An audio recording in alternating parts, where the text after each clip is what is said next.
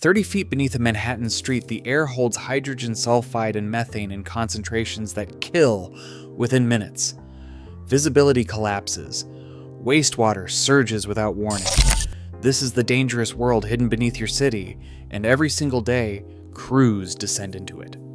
The only thing standing between them and a silent death is a system most of us will never know exists. The primary hazard of the subterranean environment is the atmosphere itself. As organic waste decomposes in stagnant water, it generates a volatile mix of gases. Hydrogen sulfide, a colorless gas characterized by a rotten egg odor, is the deadliest. While human senses can detect it at low levels, higher concentrations paralyze the olfactory nerve, rendering the gas completely odorless before causing rapid asphyxiation. The National Institute for Occupational Safety and Health sets the immediate danger threshold for hydrogen sulfide at just 10 parts per million. At 100 parts per million, it causes instant collapse. Compounding this danger is methane, a highly explosive gas that displaces oxygen, and carbon monoxide, an odorless poison with an exposure limit of 35 parts per million. Because these gases are heavier than air, they settle in low-lying pockets, waiting for a worker to step into them. Yet the danger is not solely chemical. In older municipal systems like London's Victorian-era brick sewers, workers face extreme ambient heat, structural deterioration, and the risk of sudden wastewater surges. A heavy rainstorm miles away can cause water levels to rise within seconds, increasing flow velocity up to 3 times and leaving crews trapped in narrow conduits. Beyond these instant threats lies the constant biological hazard. Exposure to pathogen-rich wastewater exposes workers to diseases like leptospirosis, while the physical labor of manually clearing hardened fatbergs and blockages leads to severe ergonomic strain. Finally, the work exacts a heavy psychological toll.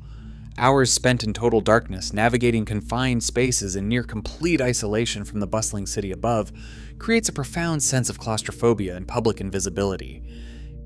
Every shift begins on the surface with a mandatory safety briefing. Supervisors review the daily work order, study the mapped route, and detail the emergency evacuation plan. Before any crew member approaches an open manhole, they calibrate their portable 4-gas monitors. These devices measure methane, carbon monoxide, hydrogen sulfide, and oxygen levels in real time. Safety protocols require workers to lower a test probe into the shaft, taking measurements at depths of 0.5 meter, 1 meter, and 2 meters. If hydrogen sulfide levels register above 10 parts per million, or carbon monoxide exceeds 35 parts per million, the entry is immediately aborted. In those cases, crews deploy forced air ventilation fans to purge the toxic pocket before anyone descends.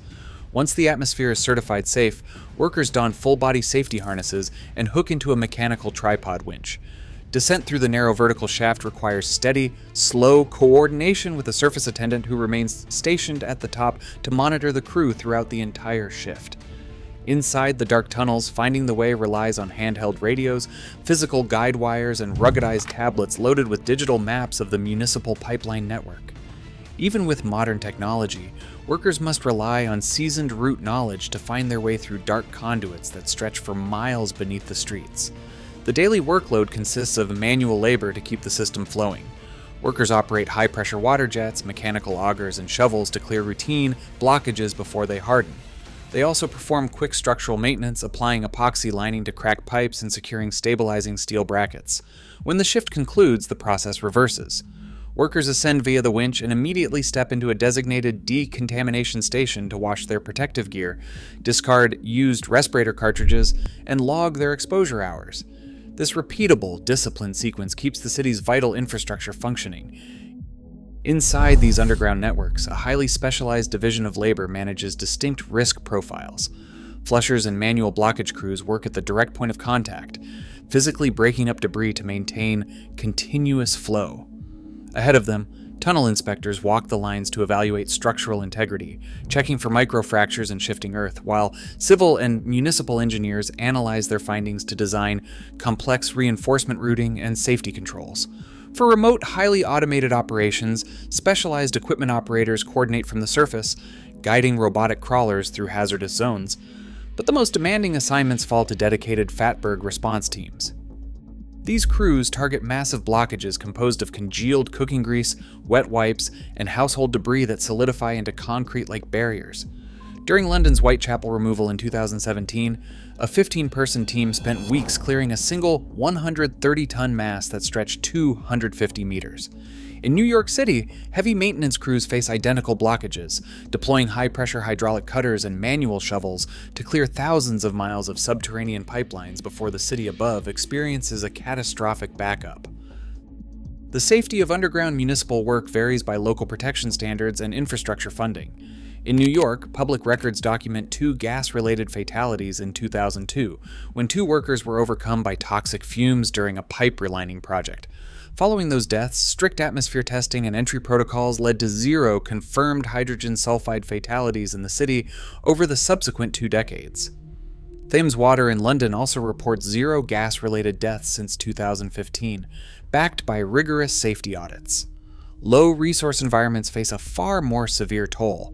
In Mumbai, at least 5 workers died from toxic fumes between 2019 and 2026, and municipal records logged 48 sanitation deaths in 2022 alone. These incidents are linked to a lack of gas monitors and respiratory gear. In Mexico City, infrastructure gaps present distinct physical hazards. 2 people died in 2026 after falling into an uncovered sewer shaft. Meanwhile, Tokyo reports no recent gas-related fatalities, reflecting a shift toward robotic inspection. These records show that safety underground is not determined by geology, but by the enforcement of protective standards. Compensation and job security vary wildly across the globe. While municipal workers in Tokyo and London receive structured civil service salaries, those in Mumbai rely on insecure daily wage contracts with no formal benefits. In New York City, the local 147 union protects a dedicated group of subterranean builders known as sandhogs. Here, the trade is a multi-generational legacy, passed from father to son as a badge of honor. Despite strong union backing and hazard pay, these workers face persistent social stigma and public invisibility, their essential labor ignored by the city above. Spending long, grueling shifts in total darkness takes a quiet psychological toll. The mental strain of physical isolation does not end when they ascend. It follows them home, affecting families long after the gear is washed. To minimize human exposure, cities are deploying robotic systems into the deep. Tokyo's Bureau of Sewerage uses the Tracer X2, a crawling robot tested in Shibuya that navigates narrow pipelines with a gas sensor package. In London, Thames Water has piloted artificial intelligence-assisted software to identify blockages from sonar scans with 95% accuracy. But technology cannot erase the deteriorating physical reality of brick. Parts of New York's network date to 1853, while London maintains thousands of kilometers of Victorian-era tunnels. Overcoming this backlog requires massive funding, including New York's $5 billion capital plan and London's £5 billion tideway project. While robotics reduce hazardous entry, they cannot replace the skilled crews, permit systems, and sustained budgets required to rebuild these underground systems. As megacities expand, our daily survival relies on those who descend into the dark. Their silent, hazardous labor preserves the very foundation of modern civilization. We live in the light because they work in the shadows. Subscribe to explore more hidden stories of our world.